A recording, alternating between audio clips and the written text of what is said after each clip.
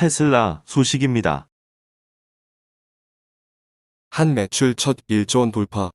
수입차 순위 4위로 껑충. 테슬라가 지난해 한국 시장에서 1조 842억 원의 매출을 올렸다.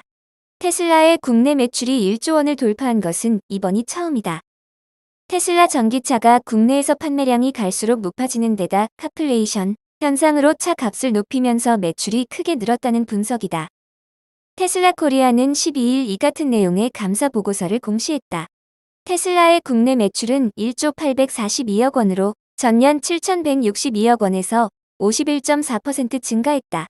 2019년 1,808억 원에 비하면 5배 이상 늘었다. 영업이익은 같은 기간 108억 원에서 163억 원으로 50.9% 증가했다. 테슬라 판매량은 꾸준히 상승하고 있다. 카이지유에 따르면 지난해 한국 시장에서 17,828대를 판매했다. 전년보다 50.8% 증가했다. 벤츠, BMW, 아우디에 이은 수입차 4위다. 지난 1분기엔 2,702대로 전년 동기 3,232대에 비해서 소폭 감소했다. 반도체 공급난으로 재고 확보가 어려웠기 때문으로 분석된다. 테슬라는 판매량뿐 아니라 가격을 지속적으로 끌어올리고 있다. 리튬, 니켈 등 배터리 핵심 원자재 가격과 브랜드 인기 상승에 맞춰 차값을 올린 탓이다.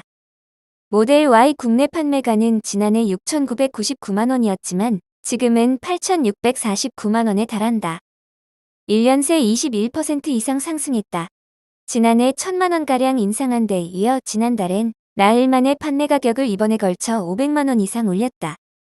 테슬라 코리아는 한때 홈페이지에 차 가격을 명시하지 않아 소비자들 사이에선 횟집처럼 시가에 판매하느냐는 반응이 나오기도 했다. 애플 소식입니다. AR 헤드셋 출시 내년으로 미뤄질 듯.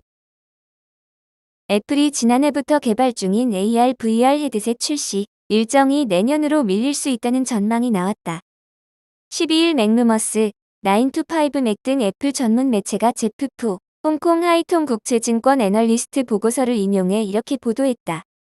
이들 매체에 따르면 제프프 애널리스트는 보고서를 통해 애플이 헤드셋 출시를 내년 1분기로 미뤘고 내년 한 해 동안 100만 대에서 150만 대 정도를 판매할 것이라고 전망했다.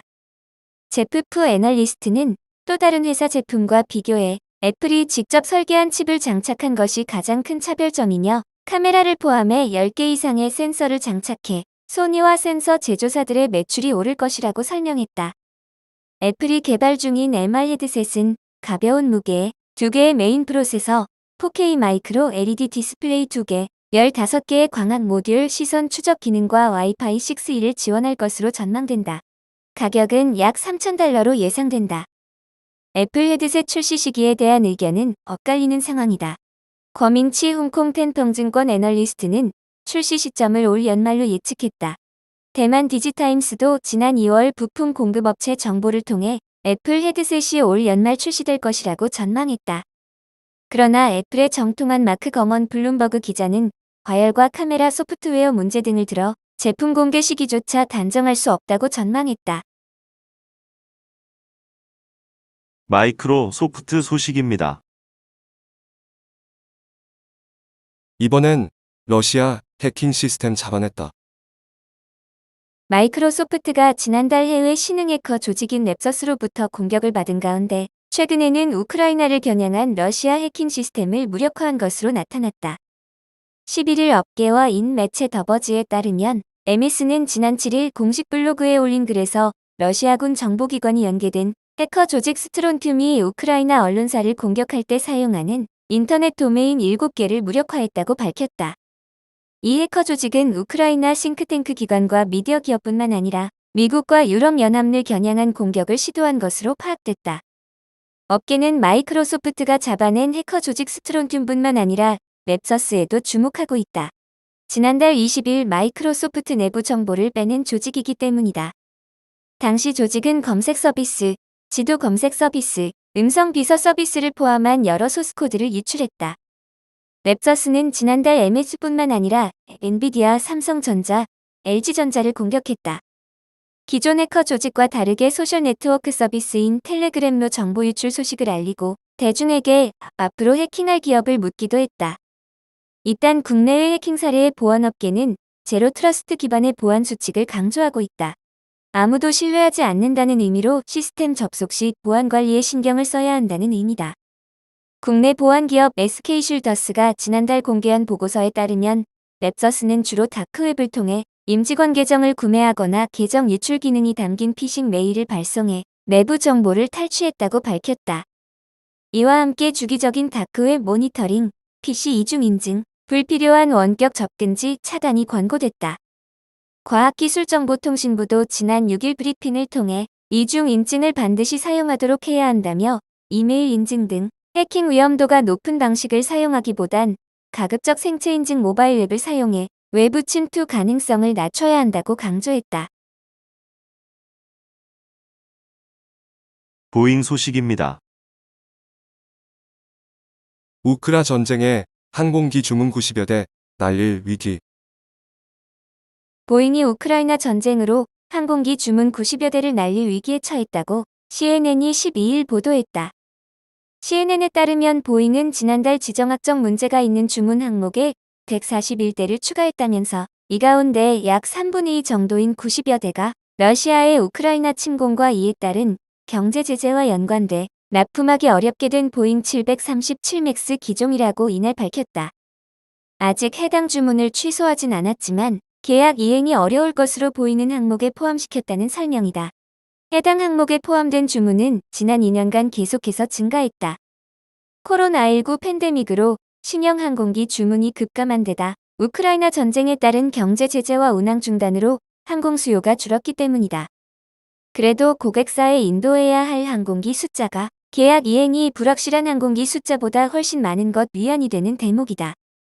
3월에 추가된 규모를 더해 지금까지 계약 이행이 불확실한 민간 항공기 주문 규모는 950대에 육박하는 반면 생산이 더뎌 인도하지 못해 밀린 주문 규모는 약 4,300대에 이른다. 그렇다고 러시아 제재 충격이 없는 것은 아니다. 경제 제재로 인해 러시아에 대한 항공기 판매는 불가능하다. 보잉에 따르면 러시아가 보잉에 직접 주문한 항공기는 737 맥스 30대에 불과하지만 러시아 항공사들이 항공기 임대업체들을 통해 항공기를 임대하는 경우가 많다는 것이 문제다. 향후 전망도 불투명하다. 러시아는 임대업체들의 움직임에 맞서 자국 항공사들이 빌려서 쓰던 항공기 수백 대를 국유화하기로 했고 이에 따라 임대업체들과 러시아 항공사들 간의 신뢰가 완전히 깨졌다. 제재가 끝나더라도 임대업체들이 앞으로 러시아 항공사들의 항공기를 임대하는 것을 꺼릴 가능성이 높아졌다.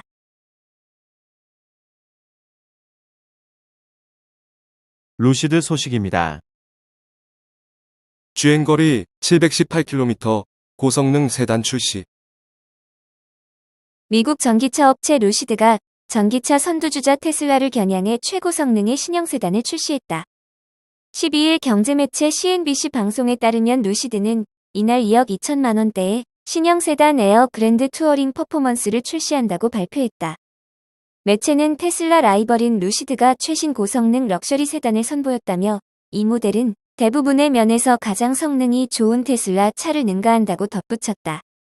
루시드의 신형 세단은 미국 환경보호청 기준 1회 충전 시 주행거리 446마일의 최고 출력 1050마력으로 측정됐다. 테슬라의 최고급 세단 모델 S 플레이드는 주행거리 396마일에 최고 출력 1020마력으로 루시드의 신차에 비해 다소 떨어진다. 하지만 정지 상태에서 시속 100km에 달하는 시간은 테슬라 모델 S 플레이드가 1.99초, 에어 그랜드 투어링 퍼포먼스가 2.6초로 테슬라가 앞선다. 테슬라 모델 S 플레이드의 가격도 12만 9,900달러로 조금 더 경쟁력 있다. 2007년 전 테슬라 부사장이 미국 실리콘밸리에 설립한 전기차 테크 기업인 루시드는 세계 최초 500마일 이상 주행거리 전기차를 발표하며 주목을 받았다. 대표적인 모델은 루시드 에어로 테슬라 모델 S 및 메르세데스 벤츠 EX 등과 경쟁 모델이다. 루시드는 이날 출시한 에어 그랜드 투어링 퍼포먼스의 주문을 받아 오는 6월 인도를 시작할 예정이다.